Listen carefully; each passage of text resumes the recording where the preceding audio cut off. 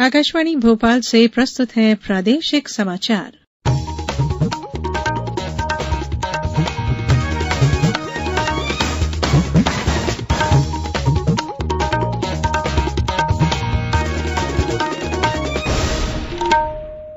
नमस्कार, समाचारों के साथ मैं धारणा सचदेव।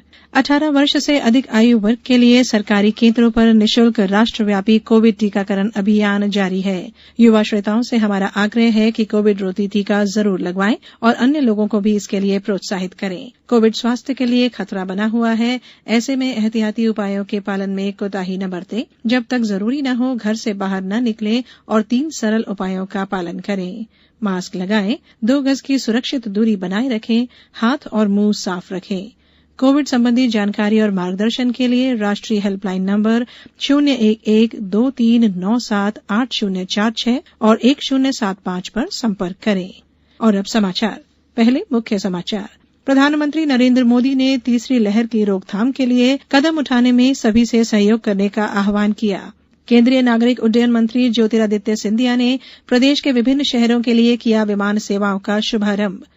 केंद्रीय कृषि अभियांत्रिकी संस्थान भोपाल को मिला प्रतिष्ठित सरदार पटेल उत्कृष्ट ICAR संस्थान पुरस्कार। और इंदौर में गीले सूखे कचरे से बनी CNG से चलेंगी बसें। अब समाचार विस्तार से। प्रधानमंत्री नरेंद्र मोदी ने तीसरी लहर की रोकथाम के लिए कदम उठाने में सभी से सहयोग करने का आह्वान किया। उन्होंने कहा कि ऐसे जिलों पर अधिक ध्यान केंद्रित करना होगा जहां संक्रमण दर काफी अधिक है। कोरोना संक्रमण के अधिक मामलों वाले 6 राज्यों के मुख्यमंत्रियों के साथ बैठक में श्री मोदी ने कहा कि पिछले 2 सप्ताह में यूरोप, अमेरिका, बांग्लादेश, इंडोनेशिया और थाईलैंड में कोविड के मामले बढ़ रहे हैं। प्रधानमंत्री ने कहा कि ये देश के लिए चेतावनी का संकेत है और इस बारे में सभी को सतर्क रहना होगा क्योंकि कोविड-19 अभी खत्म नहीं हुआ है। प्रधानमंत्री ने बताया कि नए ICU बिस्तर और जांच क्षमता बढ़ाने के लिए सभी राज्यों को धनराशि उपलब्ध कराई जा रही है। उन्होंने कोविड-19 से निपटने में 23,000 करोड़ रुपए से अधिक के आपात कार्यवाही पैकेज की केंद्र सरकार की घोषणा का भी उल्लेख किया। केंद्रीय मंत्री ज्योतिरादित्य सिंधिया ने आज प्रदेश के विभिन्न शहरों के लिए विमान सेवाओं का शुभारंभ किया। कार्यक्रम में मुख्यमंत्री शिवराज सिंह चौहान भोपाल से और नागरिक उड्डयन राज्य मंत्री जनरल VK सिंह नई दिल्ली से वर्चुअल माध्यम से शामिल हुए। इन उड़ान सेवाओं में ग्वालियर से पुणे, जबलपुर, अहमदाबाद और मुंबई के लिए फ्लाइट शामिल हैं। स्टेट बैंक की अगुवाई वाले बैंकों के एक समूह ने उद्योगपति विजय माल्या, नीरव मोदी और मेहुल चौकसी के शेयरों को बेचकर 792 करोड़ 11 लाख रुपए की अतिरिक्त राशि जुटाई है। प्रवर्तन निदेशालय ने बताया कि इन उद्योगपतियों की संपत्तियां बेचकर अब तक कुल 13,109 करोड़ रुपए से अधिक की वसूली की जा चुकी है। ईडी ने इन उद्योगपतियों की संपत्ति धन शोधन निवारण कानून के तहत कुर्क की है। केंद्रीय बाल संरक्षण उद्योग द्वारा यह स्पष्ट किया गया है कि वैधानिक प्रक्रिया अपनाए बिना निराश्रित बच्चों को गोद लेने पर 6 माह का कारावास अथवा 10,000 रुपए जुर्माना या दोनों ही हो सकती हैं। आयोग द्वारा कहा गया है कि पूर्व के माह में शिकायतें प्राप्त हुई हैं जिनमें यह आरोप लगाया गया है कि कई गैर सरकारी संगठन उन बच्चों के बारे में विज्ञापन प्रसारित कर रहे हैं जो अनाथ हो गए हैं अथवा जिन्होंने कोविड संक्रमण के फलस्वरूप अपने परिवार को खोया है। गोद लेना व देना एक वैधानिक प्रक्रिया है जिसका पालन किया जाना अनिवार्य है। गोद लेने व देने के लिए संपूर्ण देश में एकमात्र और एकीकृत प्रावधान केंद्रीय दस्तक ग्रहण अधिकरण कारा है। कोविड-19 से बचाव और सुरक्षित रहने के 3 उपाय। मास्क लगाएं, 2 गज दूरी है जरूरी, सुरक्षित दूरी रखें, हाथ और मुंह साफ रखें। ब्रेक के बाद बुलेटिन में एक बार फिर आपका स्वागत है। केंद्रीय कृषि अभियांत्रिकी संस्थान भोपाल और केंद्रीय अंतर्देशीय मत्स्य अनुसंधान संस्थान बैरकपुर को संयुक्त रूप से 2020 के लिए प्रतिष्ठित सरदार पटेल उत्कृष्ट ICAR संस्थान पुरस्कार प्रदान किया गया है। इसमें 5 लाख रुपए नकद, प्रशस्ति पत्र और प्रमाण पत्र दिया जाता है। भारतीय कृषि अनुसंधान परिषद के 93वें स्थापना दिवस समारोह के दौरान केंद्रीय कृषि मंत्री नरेंद्र सिंह तोमर ने केंद्रीय कृषि अभियांत्रिकी संस्थान भोपाल के निदेशक डॉक्टर CR मेहता को वीडियो कॉन्फ्रेंसिंग के माध्यम से यह पुरस्कार प्रदान किया। यह पुरस्कार संस्थान को कृषि क्षेत्र में विभिन्न प्रौद्योगिकियों के अनुसंधान और विकास में महत्वपूर्ण योगदान के लिए दिया गया।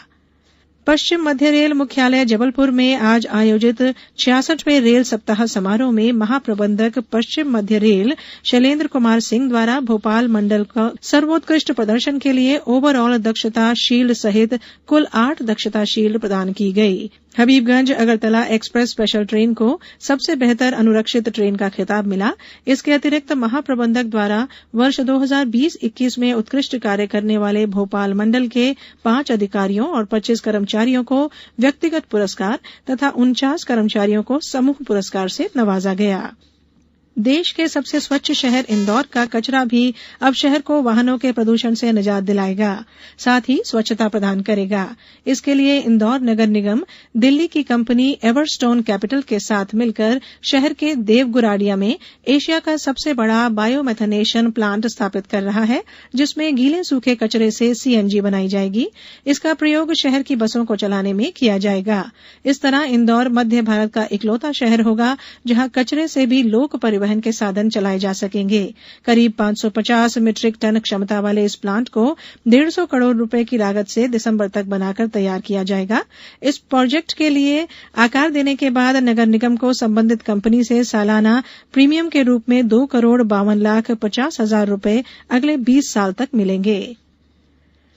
टोक्यो ओलंपिक खेलों के शुरू होने में कुछ ही दिन रह गए हैं। आकाशवाणी समाचार से प्रसारित विशेष श्रृंखला में आज बात निशानेबाज टीम के सदस्य अंगद वीर सिंह बाजवा और महराज अहमद खान की। महराज अहमद खान वर्तमान में महराज विश्व रैंकिंग में 24वें स्थान पर हैं।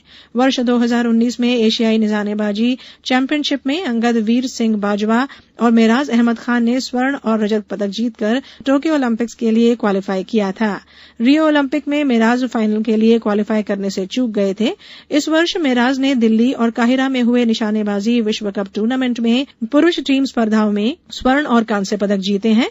वहीं अंगद वीर सिंह बाजवा विश्व रैंकिंग में 30वें स्थान पर हैं।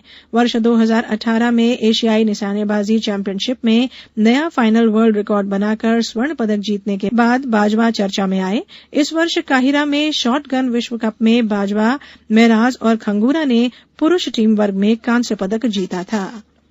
अब कुछ समाचार संक्षेप में। राज्यपाल श्री मंगूभाई पटेल ने आज नई दिल्ली में प्रधानमंत्री नरेंद्र मोदी से सौजन्य भेंट की। खंडवा में शनिवार और रविवार को ग्रीष्मकालीन मूंग की खरीदी नहीं होगी। शिवपुरी में स्वास्थ्य विभाग की टीम ने ग्राम छिरवाहा में लोगों को फिल्म दिखाकर मलेरिया से बचाव के उपाय बतलाए। राजगढ़ में कलेक्टर ने निर्माणाधीन शासकीय आदर्श महाविद्यालय और व्यावसायिक महाविद्यालय के परिसर पृथक पृथक रखने हेतु तकनीकी परीक्षण कराने के निर्देश दिए हैं। मंदसौर के प्रभारी मंत्री राजवर्धन सिंह दत्तीगांव ने यहां आम लोगों से मिलकर उनकी समस्याएं सुनी। शिवपुरी में बारिश न होने से खरीफ सीजन के लिए बोवनी करने वाले किसान चिंता में हैं। आगरमालवा जिला मुख्यालय स्थित कृषि उपज मंडी में आज जिले की कृषि उपज मंडी में कार्यरत लिपिकों और अन्य कर्मचारियों को प्रशिक्षण दिया गया। शिक्षा का अधिकार अधिनियम के तहत गुना जिले को 339 अशासकीय शालाओं में 2,895 बच्चों को प्रवेश हेतु शाला आवंटित हुई है। नीमच जिले की प्रभारी मंत्री सुश्री उषा ठाकुर ने जिला चिकित्सालय में लगभग 2 करोड़ की लागत से स्थापित 2 ऑक्सीजन प्लांट सहित विभिन्न विकास कार्यों का लोकार्पण किया। और रायसेन जिले की ग्राम पंचायत जमुनिया में शासकीय उचित मूल्य की दुकान से निःशुल्क राशन वितरण में अनियमितताओं के आरोप में 4 लोगों को जेल भेजने के आदेश दिए गए हैं। अंत में बुलेटिन के मुख्य समाचार एक बार फिर। प्रधानमंत्री नरेंद्र मोदी ने तीसरी लहर की रोकथाम के लिए कदम उठाने में सभी से सहयोग करने का आह्वान किया। केंद्रीय नागरिक उड्डयन मंत्री ज्योतिरादित्य सिंधिया ने प्रदेश के विभिन्न शहरों के लिए किया विमान सेवाओं का शुभारंभ। केंद्रीय कृषि अभियांत्रिकी संस्थान भोपाल को मिला प्रतिष्ठित सरदार पटेल उत्कृष्ट ICAR संस्थान पुरस्कार। और इंदौर में गीले सूखे कचरे से बनी CNG से चलेंगी बसें। इस बुलेटिन में इतना ही। बुलेटिन के अंत में एक अपील, हमेशा ध्यान रखें, मास्क और 2 गज की दूरी, हाथ धोना भी है जरूरी। नमस्कार।